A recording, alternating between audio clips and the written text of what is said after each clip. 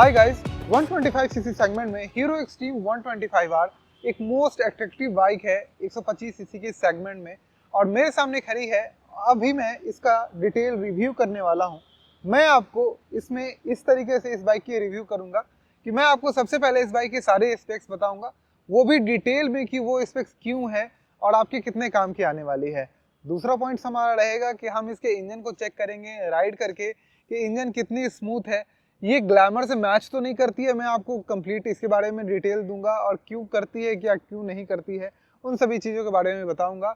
और जो तीसरा पॉइंट होगा हमारा वो होगा कि अगर आप 125 सीसी सेगमेंट की कोई मोटरसाइकिल लेने जा रहे हैं तो वहाँ पे 125 सीसी में जितने प्राइस में ये आपको ऑफर करती है विथ एवीएस और अदर मोटरसाइकिल्स, उसके कंपेयर में ये मोटरसाइकिल कहाँ स्टैंड करती है, कितनी वैल्यू फॉर मनी है। लुक्स में ये मोटरसाइकिल कहीं से भी 125 सीसी सेगमेंट की नहीं लगती है, क्योंकि हम जब भी 125 सीसी सेगमेंट की किसी भी मोटरसाइकिल की बात करते हैं तो हमें एक नॉर्मल टिपिकल सी मोटरसाइकिल दिखाई देती है जो कि कम्यूटर होती है। लेकिन ये मोटरसाइकिल कहीं ना कहीं 150 या 200 सीसी की मोटरसाइकिल जो नेकेड स्पोर्ट्स में आती है उस तरीके की देखने में लगती है, जिसके कारण 125 सीसी सेगमेंट में अभी तक की ये मोस्ट अट्रैक्टिव बाइक हो जाती है। और इवन इसका जो कंप्लीट लुक है वो भी काफ़ी बड़ा है। मतलब अगर आप 125 सीसी सेगमेंट में जा रहे हैं और आप एक एक्सपेक्ट कर रहे हैं कि मोटरसाइकिल की साइज़ जो है वो आपको ज़्यादा मिले, एक बड़ी मोटरसाइकिल हो जिसपे 6 फुट के बंदे भी चलाएं तो वो मोटरसाइकिल उस पर छोटी ना लगे, तो उस जगह पे ये काफ़ी अच्छा स्टैंड आउट होती है। इसका हेडलैम्प का डिज़ाइन बहुत अच्छा किया गया है। जब भी आप की को ऑन करते हैं तो आपका जो है मेन सामने से आप देखेंगे तो बहुत ही सुंदर एलईडीज ऑन हो जाती हैं। फिर जब आप मोटरसाइकिल को स्टार्ट करते हैं तो स्टार्ट करने के साथ आपका जो है मेन प्रोजेक्टर हेडलैम्प ऑन हो जाता है। इसमें आपको हाई बीम लो बीम मिलता है। इसके एलईडी ब्लिंकर्स को ऑन कर देते हैं, इसमें हजार्ड स्विच भी आता है तो ये और भी खूबसूरत लगती है। और एलईडी ब्लिंकर्स बिल्कुल मतलब बहुत ज़्यादा ब्राइट हैं, जिसके कारण आप जब इंडिकेटर लेंगे तो बहुत ही आसानी से सामने दिखाई दे देगा आपको। तो इसमें आपको जो आगे के फॉक्स मिलेंगे वो 37 mm के होंगे। आपको 125 सीसी में इतने प्राइस में कोई भी कंपनी 37 mm का फॉक्स नहीं देती है।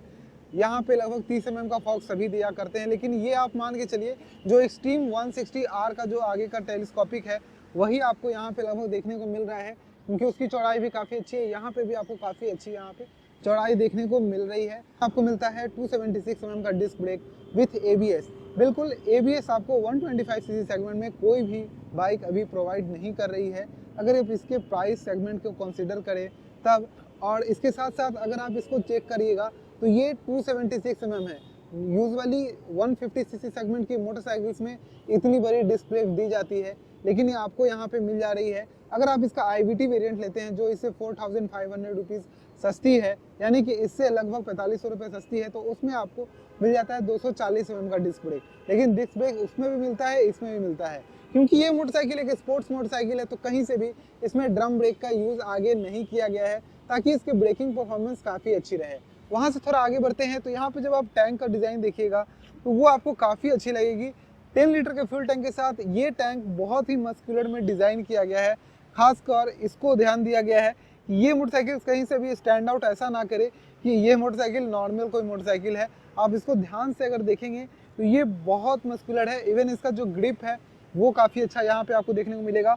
तो जब आप इस मोटरसाइकिल में बैठ के राइड करते हैं तो आप बिल्कुल मोटरसाइकिल को पकड़ में ले लेते हैं अपने, जिससे कंफर्ट जो है वो बहुत ज़्यादा बढ़ जाता है। इवन मैंने अभी चला कर लेके आया इसको तो बहुत ज़्यादा कंफर्टेबल थी और मुझे कई बार ऐसा फील भी नहीं हो रहा था कि मैं 125 सीसी की कोई मोटरसाइकिल चला रहा हूँ। तो ये फील डेफिनेटली ये देती है, क्योंकि इसका सीट राइडिंग पोस्चर वो भी आपको बहुत ही अच्छा मिलता है। चलिए आगे बढ़ते हैं तो यहाँ पे हम आ जाते हैं तो 125R की बैजिंग यहाँ मिलेगी और ये इतने छोटे अक्षरों में इस तरीके से लिखा हुआ है कि कभी कभी ये दिखता भी नहीं है, और वो इसका एडवांटेज है मैं बोलूँ तो, क्योंकि ये दिखने से तो 125 सीसी लगती नहीं है। ओके, अगर कोई इसको देख ले कि हाँ 125R लिखा हुआ है तो वो समझ जाएगा कि 125 सीसी मोटरसाइकिल है। अगर आप इसको ना बताएं कि ये 125 सीसी मोटरसाइकिल है और अगर वो उसको नहीं पता होगा तो वो हमेशा इसको 150 सीसी सेगमेंट या फिर 200 सीसी सेगमेंट की मोटरसाइकिल से कंपेयर करेगा। तो ये कहीं ना कहीं एक बेहतर चीज़ है। आइए नीचे इंजन की बात करो तो इंजन इसमें 125 सीसी का मिलता है जो 11.4 bhp का पावर और 10.5 न्यूटन मीटर का टॉर्क बनाती है। और ये काफ़ी अच्छा पावर टॉर्क है। इवन मैं इसको अभी चलाकर दिखाऊंगा तो उसके बारे में हम बात करेंगे कैसा जो है पावर डिलीवर कर रही है। 5 गियर ट्रांसमिशन के साथ आती है और कुछ यहाँ पे आप देखिए इस तरह से प्लेट्स जो है वो लगाई गई हैं। लेग गार्ड इसमें जो है वो कंपलसरी आता है, आपको एक्स्ट्रा परचेज करने की ज़रूरत नहीं है। पीछे अगर देखेंगे तो राइडिंग पोस्चर इस तरीके से बनाया गया है कि अगर आप बैठेंगे तो आपका पैर थोड़ा पीछे की ओर रहेगा, यानी कि एक स्पोर्टी डिज़ाइन में एक स्पोर्टी मतलब पोस्चर आपका जो है निकल के आएगा बैठने का। बाकी यहाँ पे आप देखिए प्योर काफ़ी अच्छा दिखाई दे रहा है, लोहे का बनाया गया है। यहाँ पे आप देखेंगे तो लेडीज़ फुटरेस्ट भी इसमें लगाया गया है और ये इसका बेस्ट पार्ट है। मुझे यहाँ लगता है जिस तरीके से इसको डिज़ाइन किया है हीरो ने वो इनक्रेडिबल है। आप ध्यान से इस चीज़ को यहाँ पे देखिएगा तो यहाँ पे एक तो यहाँ पे लेडीज़ फुटरेस्ट दिया गया है, नॉर्मल फुटरेस्ट भी है। अगर आप चाहें तो लेडीज़ फुटरेस्ट को यहाँ से निकाल भी सकते हैं बहुत ईजिली। अगर निकाल देते हैं तो क्या ये मतलब कवर करेगा या कवर को, या यहाँ पे तो वो देखेंगे तो यहाँ पे ये चीज़ जो लगाया गया है ये कोई एसेसरी पार्ट नहीं है, ये कंपनी फिटेड है और यहाँ पे सेट रहेगी है।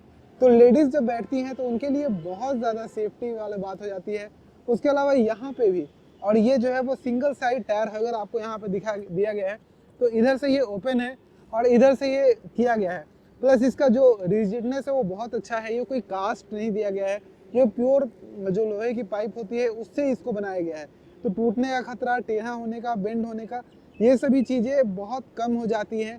प्लस ये किसी तरीके से साउंड नहीं करेगी, वो सारी चीज़ें इसमें बढ़ जाती हैं। तो यहाँ पे अगर आप देखेंगे तो जो चैन को जिस तरीके से यहाँ कवर किया गया है, यहाँ 1 पार्ट 2 पार्ट, इधर 3 और ये इधर से जो कवर किया गया है पीछे के टायर को, ये इनक्रेडिबल है। इस सेगमेंट में मैंने ऐसा एक्सपेक्ट नहीं किया था कि हीरो मोटोकॉर्प की तरफ से इतना ज़्यादा फाइन ट्यून करके मोटरसाइकिल को डिज़ाइन करके जो है वो यहाँ लॉन्च किया जाएगा। चलिए आगे बढ़ते हैं। यहाँ पे तो हम सीट की बात करें तो सीट जो है यहाँ पे आपको मिल जाती है लगभग 800 mm का जो है सीट हाइट मिलता है, 794 के आसपास है। लेकिन आप 5 फुट 3 इंच से ऊपर कोई भी इवन 5.2 इंच भी इस मोटरसाइकिल को बहुत ही आराम से चला सकते हैं। इसका सीट इस तरह से डिज़ाइन किया गया है कि अगर आप चाहें तो लेडीज़ को भी बैठा सकते हैं। उसी कारण से यहाँ पे आपको लेडीज़ फुटरेस्ट भी दिया गया है और सीट की चौड़ाई भी ठीक रखी गई है, तो आपको उतनी ज़्यादा दिक्कत नहीं होगी। लेकिन लॉन्ग राइड्स पे, हाई स्पीड पे आपको थोड़ी सी दिक्कत हो सकती है। लेकिन मैं मानता हूँ कि वो डिपेंड करता है कि जो दोनों आप राइडर होंगे, राइडर एंड पिलियन, दोनों का साइज़ कितना है, कितने बड़े हैं लोग, कितने हाइट, वेट, उन सभी चीज़ों पर डिपेंड करता है। बाकी अगर हम आगे हैंडलिंग पर देखें तो यहाँ पे आपको ब्लूटूथ कनेक्टिविटी के साथ इंस्ट्रूमेंट कंसोल मिल जाता है और ये आपको काफ़ी अच्छी देखने को मिलेगा। गियर पोजीशन इंडिकेटर के साथ मिल जाता है। आप ब्लूटूथ कनेक्टिविटी के साथ आप कॉल रिसीव नहीं कर सकते हैं, लेकिन आप देख सकते हैं कि आपको कॉल आ रहा है, मैसेज आ रहा है या फिर ETC आपको इन्फॉर्मेशन यहाँ पे देखने को मिल जाती है। और यहाँ पे जब हम देखेंगे तो स्विच जो है इंजन की स्विच प्लस स्टार्टर बटन आपको इसी में देखने को मिल जाता है। चाबी वही जो हीरो का सारा चाबी आता है, जिस तरह के सभी चाबियाँ दिखाई देती है वैसा ही देखने को मिलेगा। और इधर में आपको ढेर सारे स्विचेस देखने को मिल जाएंगे। तो यहाँ पे सबसे पहले हम पास स्विच देखेंगे, हाई बीम, लो बीम, हजर्ड का लाइट दिया गया है। और यहाँ पे आप देखें तो इंडिकेटर्स, हॉर्न कुछ ऐसे देखने को मिलेंगे। 10 लीटर का फ्यूल टैंक्स और इस तरीके से कैपिंग की गई है इसकी, तो कैप आपको अच्छा लगेगा। E20 जो कि अभी सभी बाइक्स हैं, आपको पता है ऑलरेडी। तो इस तरीके से ये मोटरसाइकिल बनाई गई है। आइए टायर प्रोफाइल की बात करें तो आगे में आपको मिलता है 1990 सेक्शन का आपको ट्यूबलेस टायर, जो कि MRF के नाइलो ग्रिप जयपुर सीरीज़ के टायर्स हैं, जिसकी मतलब लाइफ बहुत ज़्यादा है। तो सबसे जो प्रीमियम टायर आप बोल सकते हैं इसी सेगमेंट के लिए, वो टायर्स आपको यहाँ पे दी गई है। इसमें 120 सेक्शन के आपको टायर्स मिलते हैं, जो कि इस सेगमेंट में काफ़ी ज़्यादा वाइड है। आपको इस सेगमेंट में 120 सेक्शन के टायर्स कोई भी ऑफर नहीं करता है, मतलब स्टैंड आउट ही नहीं करती है। अभी तक मैंने सोचा भी नहीं था कोई देगी कंपनी इतने चौड़े टायर जो है 125 सीसी सेगमेंट में। तो हीरो ने इस मोटरसाइकिल को बिल्कुल स्टैंड आउट कर दिया है, क्योंकि हीरो की तरफ से पहले से 2 मोटरसाइकिल्स आती हैं 125 सीसी सेगमेंट में, जो कि ग्लैमर एंड सुपर स्प्लेंडर है। लेकिन उनको उससे कुछ बेहतर बनाना था, तो उसके कारण से इस मोटरसाइकिल को कम्प्लीटली जो है वो एक स्पोर्ट्स और एक अपर सेगमेंट की मोटरसाइकिल के हिसाब से लॉन्च किया गया है। लेकिन इंजन आपको 125 सीसी सेगमेंट मिलता है, लेकिन इंजन के पावर कॉन्फ़िगरेशंस आपको काफ़ी अच्छे मिलते हैं। इसमें रियर में आपको मोनोशॉक सस्पेंशन मिल जाता है, जो कि सोवा से हैं। मतलब नॉर्मल जो मोनोशॉक्स होते हैं वो नॉर्मल होते हैं, मतलब मैं तभी नाम ले रहा हूँ कंपनी का क्योंकि उस कंपनी के नाम से शॉकर्स की क्वालिटी जो है वह कम्प्लीटली बदल जाती है, कम्प्लीटली आउटस्टैंडिंग हो जाती है। तो सोवा के पीछे के मोनोशॉक यहाँ पे आपको मिलते हैं। तो वो भी एक इसकी एडवांटेज आपको मिलेगी। प्लस एक स्पोर्ट्स लुक के बावजूद यहाँ पे आपको देखने को मिलता है ये 180 mm का ग्राउंड क्लियरेंस लेके आती है। तो आप इस मोटरसाइकिल को कहीं भी लेके, लिटरली कहीं भी लेके जा सकते हैं। इसका जो फ्रेम मिलता है वो आपको डायमंड फ्रेम मिलता है, जो कि नॉर्मल अगर आप जाएंगे, अगर आप 125 सीसी में आपको ट्यूबुलर फ्रेम ही देखने को मिलेगा, लेकिन यहाँ पे आपको डायमंड फ्रेम देखने को मिलता है। तो ये भी इसके एक एडवांटेज आप मान सकते हैं। 125R की इंजन स्प्रिंट EBT के साथ आती है, साथ ही साथ बैलेंसर शाफ्ट के साथ आती है। तो इस मोटरसाइकिल को जो आप ड्राइव करेंगे तो आपको ऐसा नहीं फील होगा कि ये जो है ज़्यादा वाइब्रेट कर रही है। और जहाँ मैंने बताया कि मैं आपको ग्लैमर से कंपेयर करके बताऊंगा, तो ये इंजन और ग्लैमर के इंजन को एक साथ आप कंपेयर ना करें, ये डिफरेंट है। इसमें बहुत सारी चीज़ें चेंज की गई हैं इसका पावर को इंक्रीज़ करने के लिए, और जिस तरह की मोटरसाइकिल दिखती है उसके अनुसार इसमें अच्छा पिकअप और पावर हो, उसके अनुसार इसको थोड़ा चेंज किया गया है। और ये बिल्कुल एक फ्रेश इंजन आप बोल सकते हैं कि इस मोटरसाइकिल के लिए कंपनी ने यूज़ किया गया है। तो अगर आप ग्लैमर आपने चलाया है तो इस मोटरसाइकिल को चलाएंगे तो आपको रियल में जो डिफरेंस है 125 सीसी में आपको फील आएगा। तो राइडिंग में जब हम इस बाइक को चला रहे होंगे तो एक चीज़ जो सबसे ज़्यादा करने को हमें मिलती है अर्बन में, यानी कि सिटीज़ में, हमें गियर बहुत चेंज करने को मिलता है। तो गियर जब हम चेंज करते हैं, जैसा कि मैं गियर अभी चेंज करके आपको दिखा रहा हूँ, तो गियर में काफ़ी ज़्यादा डिस्टेंस है। मतलब अगर आप 1 से 2, 2 से 3, 4, जैसा अभी 4 पे चल रही है, तो इतना गैप है कि जब आप गियर चेंज करते हैं तो आप कंफर्म रहते हैं कि आपका गियर चेंज हो गया, प्लस एक प्रॉपर फील आता है गियर चेंज का। इवन 5th गियर भी बहुत ही आराम से लगता है और बहुत सही समय पे लग जाता है। तो मुझे कोई ऐसा गियर चेंजिंग में प्रॉब्लम जो है नहीं लगता है। और मैं आपको दिखाता हूँ, मुझे जैसा कि मैं अभी 5th गियर पे मैंने 4th गियर किया, 5th गियर किया, 4th गियर किया, तो बाइक जो है वो क्विकली जो है गियर चेंज कर लेती है, कोई दिक्कत नहीं है। न्यूट्रल आराम से लग जाता है। जब भी आप न्यूट्रल लगाइएगा तो आपको ज़्यादा बाइक को आगे पीछे करके न्यूट्रल को सर्च आउट करना, यानी कि फाइंड आउट करने की ज़रूरत यहाँ पे नहीं पड़ती है। आप तुरंत न्यूट्रल खोज लीजिएगा और गियर भी आप बहुत जल्दी इसमें चेंज कर सकते हैं। वो फर्स्ट गियर से आपको चेक करके दिखाता हूँ कि इंजन की परफॉर्मेंस इसमें आपको कैसी मिल जाती है। तो फर्स्ट गियर पे मैं हूँ, 28 तक जाती है। 50 सेकेंड गियर में चली जाती है, जो कि इस एक्सी सेगमेंट की मोटरसाइकिल्स के लिए काफ़ी बेहतर है। लगभग 79 थर्ड स्पीड में चली जाती है। तो थर्ड गियर में 79 बहुत बेहतर आपको यहाँ देखने को मिल रहा है। एंड मैं थोड़ा सा और आगे चलता हूँ, उसके बाद मैं इसके थोड़ा सा और ज़्यादा स्पीड में चलाने की कोशिश करूँगा। तो जो अभी आपने देखा 1 से 4 to 5 गियर में जो आपने इसके स्पीड को समझा, वो डेफिनेटली स्टैंड आउट करती है बहुत आगे। इसी कारण से मैंने बोला कि ये ग्लैमर इसको ना समझे, this is more than a glamour. This is मतलब ये थोड़ा सा अलग हट के आती है। ये आप समझ सकते हैं कि 150 और 125 सीसी के दो मोटरसाइकिल्स जो हम देखते हैं उसमें ये एक कदम आगे है। ये किसी भी 125 सीसी से थोड़ा सा लुक में भी आगे है। इवन इसका इंजन भी है, वो भी आपको कहीं ना कहीं आगे का परफॉर्मेंस देता है। तो यहाँ पे मैं आपको एक बार इसका फुल टोटल दिखाता हूँ कि फुल कितना जो है वो कवर कर पाती है। तो थर्ड गियर में एज यूजुअल स्टील इसने 80 कर दिया। फोर्थ गियर में मैं एक बार चेक करता हूँ, 94।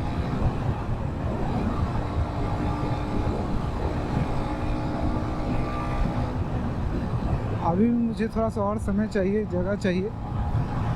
तो आप देख रहे हैं इसका थ्रॉटल रिस्पांस कितना अच्छा है। ये 100 को कवर कर रही है लगातार। आप नोटिस कर रहे होंगे कि 100 को ये लगातार जो है मोटरसाइकिल कवर कर रही है। ये बहुत अच्छी चीज़ है, मतलब डेफिनेटली ये बहुत अच्छी चीज़ है। ये हम स्मूथनेस की बात करें तो अगर आप 50 की स्पीड में लगभग चलते हैं, जैसा कि मैं अभी चला रहा हूँ, लगभग 50 के स्पीड में चला रहा हूँ इस मोटरसाइकिल को, मेरे पैर पे लिटरली कोई वाइब्रेशंस नहीं है, कोई वाइब्रेशंस नहीं है। मैं आपको अभी 60 के स्पीड में भी थोड़ी देर में दिखाऊंगा कि 60 के स्पीड में भी लगभग इसके पैर पे किसी टाइप की कोई वाइब्रेशंस नहीं है। तो जो इसमें बैलेंसर शाफ्ट जो यूज़ किया गया वो डेफिनेटली बहुत अच्छा काम कर रहा है। मैं जैसे कि अभी आपको दिखाता हूँ, लगभग 55-60 के आसपास मैं जाने वाला हूँ। 60 के स्पीड में मोटरसाइकिल है। डेफिनेटली मोटरसाइकिल बहुत शांत है। ये इसमें कोई बहुत वाइब्रेशंस नहीं है, हल्का गुदगुदी है, लेकिन कोई ख़ास जो जिसको हम वाइब्रेशंस बोल सकते हैं वो चीज़ यहाँ नहीं स्टैंड आउट कर रही है। तो आप अगर लॉन्ग रूट्स पे जाते हैं तो इस मोटरसाइकिल में 60 की स्पीड में जा सकते हैं। अब गियर रेशियोज़ के अनुसार कितनी जल्दी गियर चेंज करने पड़ेंगे, तो मैं 50 के स्पीड में हूँ और मैं 30 के स्पीड में जाता हूँ। आप चला सकते हैं 35 चला सकते हैं, थोड़ा और कम करते हैं 50 के स्पीड में। 30 की स्पीड से भी 5वें गियर में आप बाइक को जो है एक्सलेट करेंगे, आपको जो है बाइक जो है वो पिकअप कैच करना शुरू कर देता है। थोड़ा और कम करते हैं, इसको करते हैं 23। इसलिए मैं क्लच नहीं पकड़ रहा हूँ, लोग क्लच से मेंटेन कर देते हैं ना। थोड़ा सा 25 में जो है वो थोड़ा सा नॉकिंग साउंड आया, मतलब आप 4th गियर में 20-25 के स्पीड में इस मोटरसाइकिल को आराम से चला सकते हैं, आपको कहीं से भी कोई दिक्कत नहीं आने वाली है। माइलेज के बारे में बात करते हैं तो माइलेज आपको 125 सीसी के अनुसार इसमें कंपनी क्लेम 66 का करती है, और अगर हम डेफिनेटली रियल लाइफ की बात करें तो आपको 55 to 60 आराम से मिल जाएगी। अगर आप मेरी जैसे मैं अभी जिस तरीके से चला रहा हूँ मोटरसाइकिल को, लाइक कभी स्पीड कर दे रहा हूँ, कभी स्लो कर दे रहा हूँ, मोर देन 60 चला रहा हूँ, 80 चला रहा हूँ, 90 चला रहा हूँ, तो भी आपको इस मोटरसाइकिल से अराउंड 55 to 60। और अगर आप बहुत अच्छे से मोटरसाइकिल को चलाते हैं, लाइक अब वेरी डिसेंट गाय, तो आपको इस मोटरसाइकिल से लगभग अराउंड 66 का ही माइलेज मिल सकता है डेफिनेटली। तो आप माइलेज के लिए भी इसमें हाँ जा सकते हैं, आपको माइलेज में भी बहुत ज़्यादा डिसअपॉइंटमेंट किसी टाइप का महसूस नहीं होगा। तब आते हैं फाइनल वर्डिक्ट पे। तो अगर आप 125 सीसी मोटरसाइकिल खरीदने जा रहे हैं तो आपको 3-4 मोटरसाइकिल्स मिल जाएंगी, जिसको मैं अभी स्टाइलिश लुक में रेडर से इसको कंपेयर करना चाहूँगा। सबसे पहला तो रेडर अगर आप लेने जाते हैं तो वो साइज़ वाइज आपको इस मोटरसाइकिल से थोड़ी छोटी लगेगी। तो अगर आप साइज़ में कॉम्प्रोमाइज़ नहीं करना चाहते हैं तो आपको ये बेहतर लगेगी। अगर आप साइज़ के साथ कॉम्प्रोमाइज़ करना चाहते हैं तो वो आप एक बार देख सकते हैं। वैसे मैं बोलूँगा कि दोनों मोटरसाइकिल को सामने से देखिए, ये मेरे ओपिनियन से कि साइज़ में ये मोटरसाइकिल बड़ी है, और डेफिनेटली है भी। अगर आप एक्सपेक्ट्स भी देखेंगे जाके गूगल पे या फिर जो वेबसाइट्स पे, तो आपको साइज़ जो है इस मोटरसाइकिल की बड़ी है, क्योंकि इसमें वही चेसी यूज़ किया गया है जो कि एक्सट्रीम 160R में आपको देखने को मिलता है। तो साइज़ वाइज तो ये बड़ी निकल जाती है। और अगर आप किसी भी मोटरसाइकिल से देखें जो इस तरह की मोटरसाइकिल से 125 सीसी में, साइज़ में ये कहीं से भी किसी से भी कम नहीं है। अब बात करें डिज़ाइन एंड लुक की, तो मैंने आपको बताया जैसे कि अगर आप कोई भी जैसे मैं ऐसे जोड़ना तो नहीं चाहिए, लेकिन मैं फिर भी होंडा की एसपी को ऐड कर लेता हूँ, रेडर को ऐड कर लेता हूँ, पल्सर को ऐड कर लेता हूँ। तो उन सभी में स्टैंड आउट अगर करके बाहर निकलती है तो ये अभी तक की मोस्ट स्टाइलिस्ट और मोस्ट अट्रैक्टिव बाइक आपके सामने खड़ी है। तो ये जो है ये भी एक बड़ी अच्छी चीज़ है इस मोटरसाइकिल की। तो आप अगर इतने अच्छे लुक के साथ जाना चाहते हैं तो डेफिनेटली इस प्राइस के साथ जा सकते हैं। तीसरी स्टैंड आउट क्या करती है जो है फीचर्स। रेडर में डेफिनेटली आपको इंस्ट्रूमेंट कंसोल में एक बड़ा एलईडी इंस्ट्रूमेंट कंसोल आपको देखने को मिल जाता है, प्लस उसमें कलर भी देखने को मिल जाते हैं। पर यहाँ पे अगर साइज़ की बात करें तो साइज़ ज़्यादा मैं प्रेफरेंस देता हूँ कंपेयर टू इलेक्ट्रॉनिक्स। फीचर्स उसमें क्या हैं, कितने ब्लूटूथ कनेक्टिविटी से कितने फीचर्स आप कंट्रोल कर सकते हैं, उसके मुकाबले जो साइज़ है प्रो प्रैक्टिकलिटी में जो है वो ज़्यादा काम करती है। अगर आपको उसमें जाना है इंस्ट्रूमेंट कंसोल पे तो आप जा सकते हैं डेफिनेटली। उसके साउंड पे जा सकते हैं आप, उसका साउंड थोड़ा कहीं ना कहीं ज़्यादा अच्छा स्टैंड आउट करता है, वो अपाची से थोड़ा मैच करता है साउंड उसका। इसका साउंड आप जो है एक्सट्रीम 160R से मैच करा के देख सकते हैं, उसके जैसा आपको साउंड सुनने को मिलेगा। तो वो एक तीसरी चीज़ हो गई अगर आप करते हैं तो। अब मैं बात कर लेता हूँ कम्यूटर सेगमेंट में और इसमें, क्योंकि इसमें और उसमें ज़्यादा फ़र्क है। क्योंकि इसमें अगर आप जाते हैं इसके बेस वेरिएंट में तो आपको 95,000 रुपीज़ यानी 95,000 रुपये की मिलती है। इसका अगर एबीएस वेरिएंट लेते हैं तो वो आपको 99,500 रुपये की पड़ती है, जो कि ऑन रोड लगभग 1,18,000 से 1,20,000 तक ऑन रोड आ रही है। आप अपनी सिटी में चेक कर लीजिएगा। तो जहाँ पे आपको एसपी जो है वो 1,07,000 8,000 रुपये में आ रही है, वहीं पे अगर आप रेडर देखें तो उसका थोड़ा सा ज़्यादा वेरिएंट्स हैं, तो उसमें आपको अलग अलग वेरिएंट्स 1,14,000 1,18,000 तक भी मिल जाती है। लेकिन यहाँ पे आपको क्या फ़ायदा मिलता है कि जब आप टॉप वेरिएंट में जाते हैं तो आपको एबीएस मिल जाता है, और एबीएस बहुत अच्छी चीज़ है। अगर आप सेफ्टी के नज़रिए से देखें तो one of the most best thing है कि अगर आपको ये एबीएस जो कि 150 सीसी की मोटरसाइकिल से मिल रहा है, अगर आपको वो 125 सीसी में मिलता है तो आपकी राइडिंग कंफर्ट, राइडिंग जो आप सेफ्टी के तौर पे आप बहुत ज़्यादा एडवांस हो जाते हैं नॉर्मल 125 सीसी मोटरसाइकिल से। और मोटरसाइकिल वन टाइम इन्वेस्टमेंट होती है फॉर द लॉन्ग टाइम। आप 5 साल 8 साल के लिए एक बार इन्वेस्ट करते हैं, या फिर 10 साल के लिए एक बार इन्वेस्ट करते हैं, और 15 साल की रजिस्ट्रेशन मिलती है, तो डेफिनेटली आप लॉन्ग टर्म उतने लंबे देख सकते हैं। तो आपको ऐसी मोटरसाइकिल लेना चाहिए जो फ्यूचर रेडी हो, तो ये वहाँ पे कहीं ना कहीं फ्यूचर रेडी है अपने ABS सिस्टम के साथ। तो ये चीज़ें आपको थोड़ा सा उन मोटरसाइकिल से इसको थोड़ा सा स्टैंड आउट आगे करके दिखाती है, थोड़ा सा एडवांस है। तो आप समझ गए होंगे कि अगर आपको 8,000 रुपये में आपको एक बेसिक मोटरसाइकिल मिलती है जो नॉर्मल काम करना है, अगर आपको कुछ भी मतलब नहीं है स्टाइलिश से तो आप उस पर जा सकते हैं, अगर आपको थोड़ा स्टाइल से मतलब है तो इस पर जा सकते हैं।